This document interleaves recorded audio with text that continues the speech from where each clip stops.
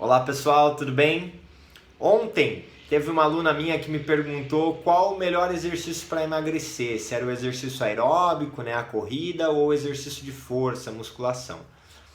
Eu respondi que, na minha opinião, o melhor exercício é aquele que a gente faz com uma certa frequência, né, praticamente diariamente, mas pensando em eficiência do exercício, que alguns estudos têm mostrado que o exercício que combina o exercício de força com o aeróbico tende a ter melhores resultados. E para entender um pouco melhor disso, é interessante entender os componentes do gasto energético, tá? Por isso eu postei lá no Story perguntando quem conhecia os componentes e a maioria falou que não conhecia exatamente todos os componentes. Por isso eu estou gravando esse vídeo aqui e vamos começar com os componentes do gasto, tá? Vou começar aqui a mostrar meu computador, que eu fiz uma imagem aqui, vamos ver se dá para ver aqui. Beleza, ó. Esse aqui são os componentes do gasto. Basicamente, o maior aqui é a taxa metabólica basal, que é o quanto a gente gasta de calorias, de energia, para a gente fazer para desempenhar as funções vitais, né, em repouso. Então, por exemplo, a respiração, o coração bater, o cérebro funcionar, tá? A gente tem um pequeno componente que é a termogênese dos alimentos, cerca de 5 a 15%, a taxa metabólica é cerca de 60 a 75% do gasto total, e cerca de 15 a 30% a energia gasta com as atividades físicas diárias ou o exercício físico programado, né? E o exercício físico programado, tá? Então, basicamente, esses são os três componentes do gasto. Esses dois são pouco modificáveis, até tem como a gente tentar interferir de alguma maneira, né? Mas são pouco modificáveis, e o mais modificável é a atividade física e o exercício físico, tá? Tem alguns outros autores que colocam mais um componente do gasto, principalmente os autores mais antigos, né? Que era o efeito para manter o gasto, né, de energia para manter nossa temperatura corporal, né? Então, por exemplo, quando a gente está com frio, nosso corpo treme e tal, para tentar restabelecer um equilíbrio na temperatura, mas hoje em dia, com o uso de roupas adequadas, isso pouco é influenciado, né? Então, alguns autores tiraram ele dos componentes do gasto. Beleza? Então, ó, vamos entrar um pouquinho, vou posicionar o celular aqui e vamos entrar um pouquinho nesses componentes, falar um pouquinho deles, né? Então, o primeiro que eu falei foi a taxa metabólica basal, né, que é de cerca de 60 a 75% do nosso gasto.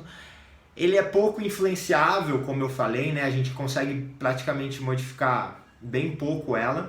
Ele é mais influenciado por fator genético, a idade. A gente sabe que com o passar da idade, nosso corpo tende a ficar um metabolismo mais lento. O gênero, então, homens tendem a ter uma taxa metabólica basal maiores que mulheres, principalmente pela quantidade de massa muscular, tá? Que é uma das coisas que influenciam bastante na taxa metabólica basal. Então, homens, mesmo em mulheres, que conseguem aumentar um pouco sua massa muscular, deixar a musculatura mais... ter uma hipertrofia dessa musculatura, deixar a musculatura mais ativa, tende a ter um gasto basal um pouco maior. Então, esse é um dos pequenos momentos que a gente consegue influenciar na taxa metabólica basal, certo? Vamos para o próximo, que é o efeito térmico dos alimentos, que é cerca de 5 a 15% do nosso gasto total.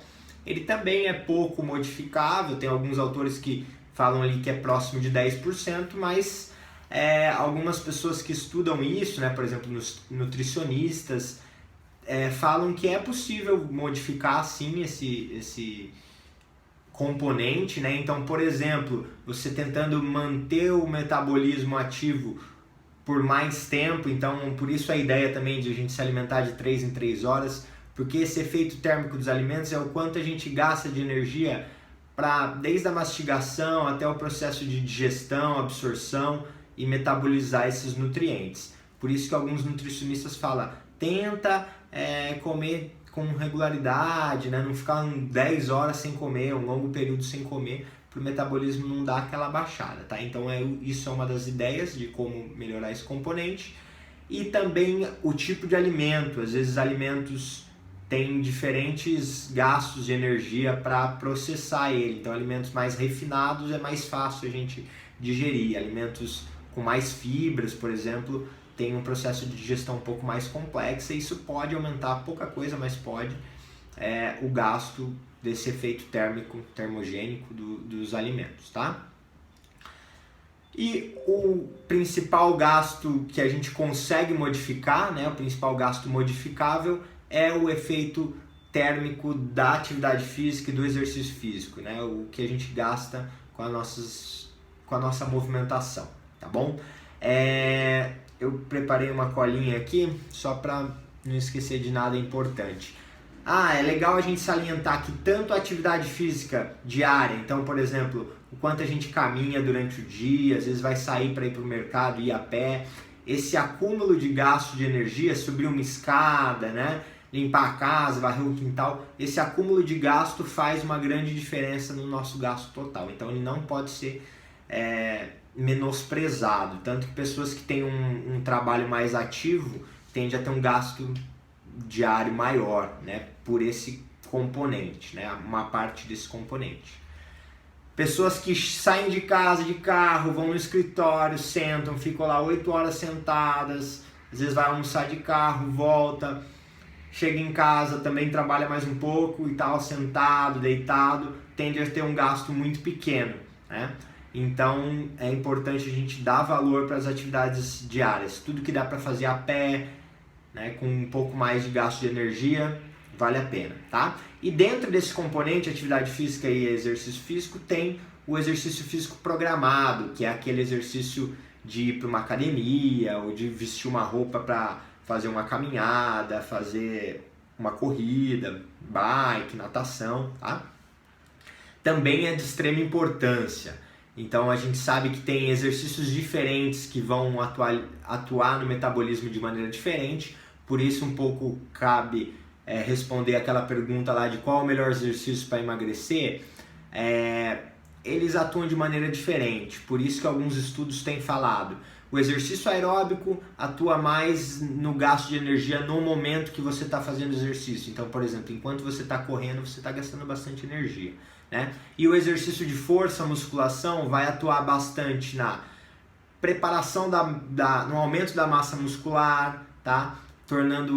Até conseguindo alterar um pouquinho a taxa metabólica basal, por aquilo que eu falei do componente da massa muscular, tem interferência no nosso metabolismo, tá? O tecido muscular ele é muito ativo metabolicamente falando, tá? Ele gasta bastante energia, diferente, por exemplo, da gordura, que é um tecido mais paradão lá, que gasta menos energia, tá? Então o exercício de força tem esse potencial de aumentar a massa muscular, tá ok?